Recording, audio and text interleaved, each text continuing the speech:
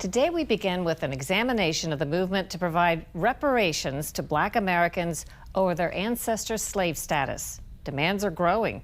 It's raising difficult questions about a dark side of America's past and whether, going on 2 centuries later, people who never met a slave should be paid by people who never owned any. And if so, how much is enough to atone for the unthinkable?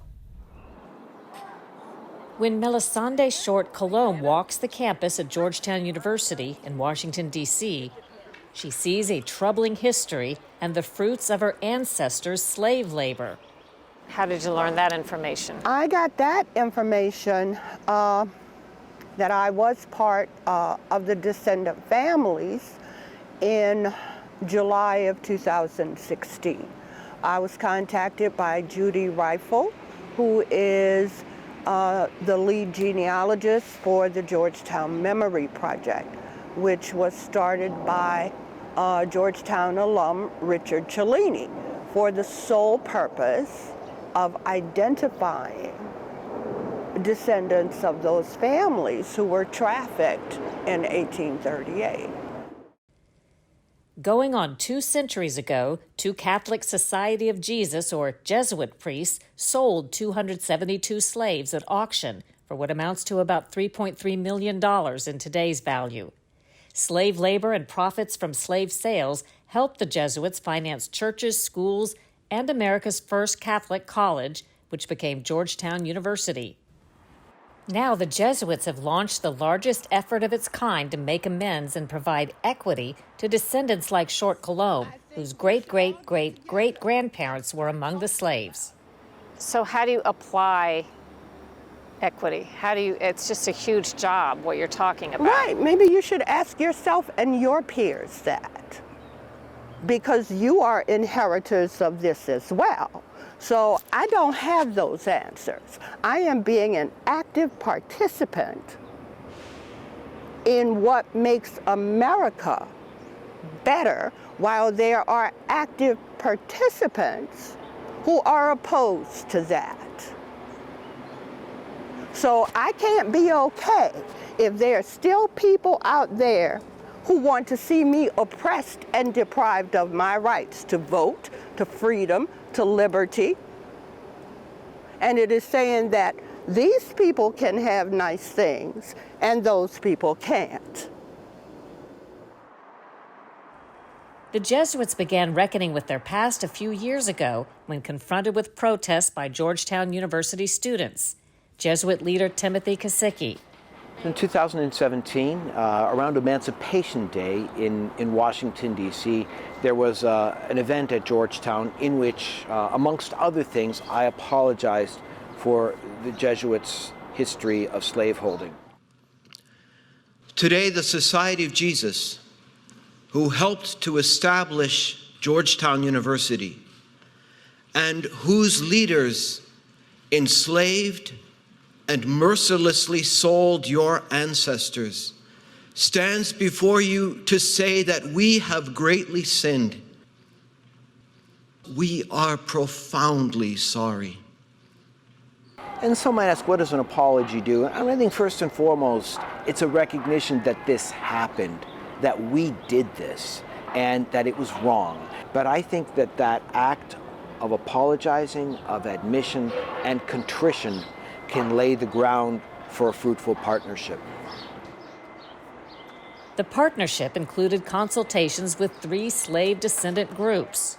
What I will say to you, Sharyl, is we are excited about this opportunity.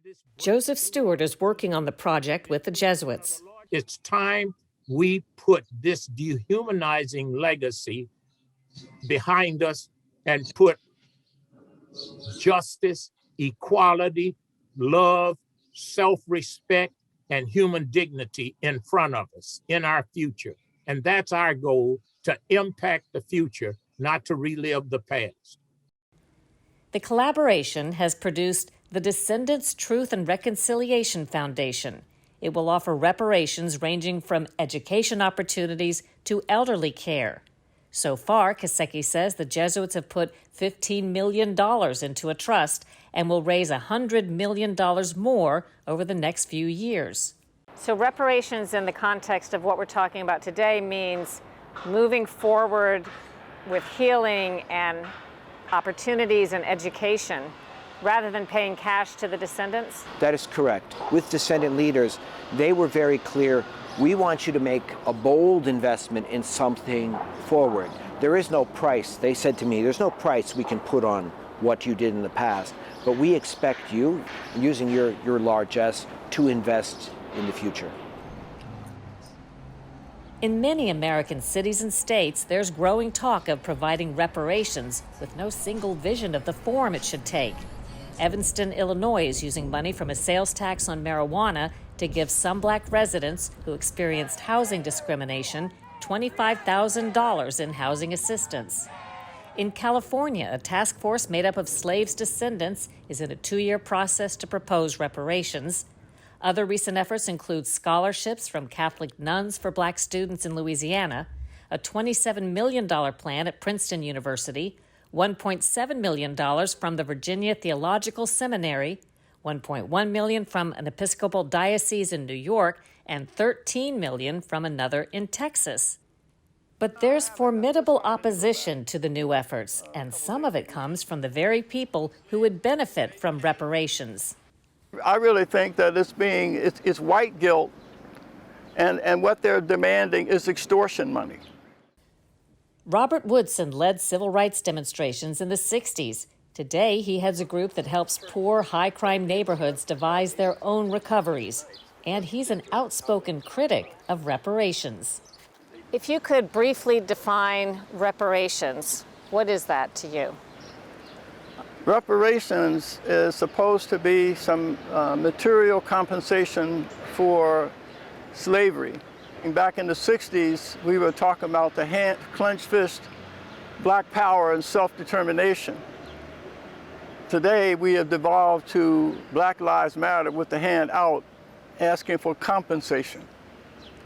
So I just think reparations is really a distraction. It deflects attention away from the real challenges facing the black community and the country.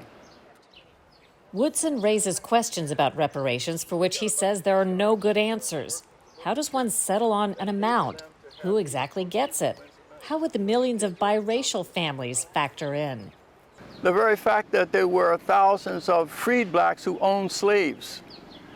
There were Native Americans, these 5 civilized tribes. There were 5,000 slaves when they were on that Trail of Tears. They took with them thousands of African slaves. Now, do the offsprings or the families of those Indians who own slaves, do they pay? How about the descendants of the free blacks that own slaves? Do they pay? Here again, what is the purpose? Is it to punish white people for the sins of the past? Are we seeking cosmic justice? I think we have to be clear as to what is the purpose of it. There might be people who say, you could be right, this may not be helpful, but if it doesn't hurt, what's the harm? Well, the harm is it really presents the critical problem as somehow being external. The problems that black America faces is external, and that white people have the power to change it if we can make them guilty enough. That's a complicated, confusing, self-destructive message to send to young people, that somehow all of the problems that they face, underemployment, out-of-wedlock births, drug addiction, babies being shot to death, that all of those problems are within the control of white America to change. That's the danger of the message. You might not have heard as much about them, but billions of dollars in reparations have been paid throughout American history. In 1848, a freed black woman named Henrietta Wood was working as a housekeeper when a white man kidnapped her back into slavery.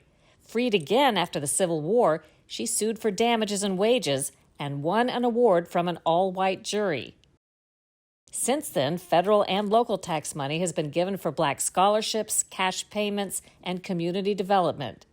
In 1971, Alaska Native Americans received $1 billion and 44 million acres of land. And in 1988, American taxpayers gave $1.2 billion, $20,000 per person, to 60,000 living Japanese Americans who'd been held in detention camps during World War II. Whether there will ever be one big national settlement for slavery remains to be seen. A congressional proposal to study a federal reparations program hasn't gone anywhere since April. But the debate is stirring long-standing resentments and even dividing civil rights allies. Where in the world does anybody identify someone as their victimizer who knocks them down, and they demand that the victimizer come and lift them up? If somebody does, they ought to take you to a mental institution. The victimizer might have knocked you down, but the victim has to get up. And it also prevents Black America from addressing the enemy within. The black-on-black murder rate that is occurring, white people can do nothing about that. That is an internal enemy that must be addressed internal to the Black community. So what I'm recommending, there be a 1-year moratorium on talking about white people at all. Just stop talking about white people for 1 year and come together within the Black community and talk about what we can do to address the enemy within. It doesn't make things right. No. It doesn't mean things are forgiven. No. What does it do? Georgetown has stepped up in a leadership position. I expect them to use all the expertise that they have at their fingertips and in their students and their alumni and connections in the world to figure that out. One economist from Duke University has estimated that a comprehensive reparations program would cost the federal government and taxpayers at least $11 trillion.